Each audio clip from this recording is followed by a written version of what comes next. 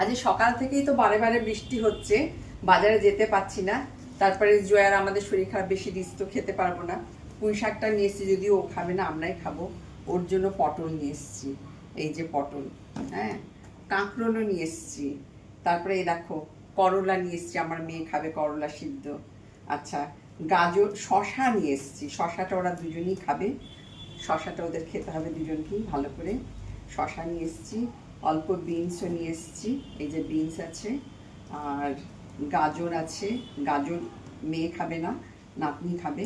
Tomato খেতে ওরা খুবই ভালোবাসে, তরকারিতে তো বিশেষ কিছু দিতে পারি না মশলা, টমেটো দিয়ে একটু বেশি করে, ধনে পাতা দিয়ে একটু বেশি করে, যে ওদের মানে খাওয়ার উপযোগী তো করে দিতে হবে সিদ্ধটাকে, ওই জন্য ওইভাবেই দিই।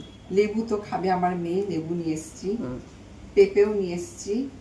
আর কচু নিয়ে এসেছি আমার জন্য, আমি কচু খেতে ভালোবাসি, আমি কচু নিয়ে এসেছি আমার। কচু আমার চলবে না, সেই জন্য কচু আমি খাবো না। আর নাতনির জন্য নিয়ে এসেছি কই মাছ, পেলাম বাজারে, ছোট ছোট কই মাছ। আর এই মাছটা কি মাছ আমি জানি না, তিনটে ছিল, বললো নিয়ে যান, খেতে ভালো আর উপকারীও। যেটা উপকারী বলে সেটাই নিয়ে আসি, ওরা না খেলেও আমি তো খাবো, একটা ডাস্টবিন আছি আমি, সেই জন্য নিয়ে আসা।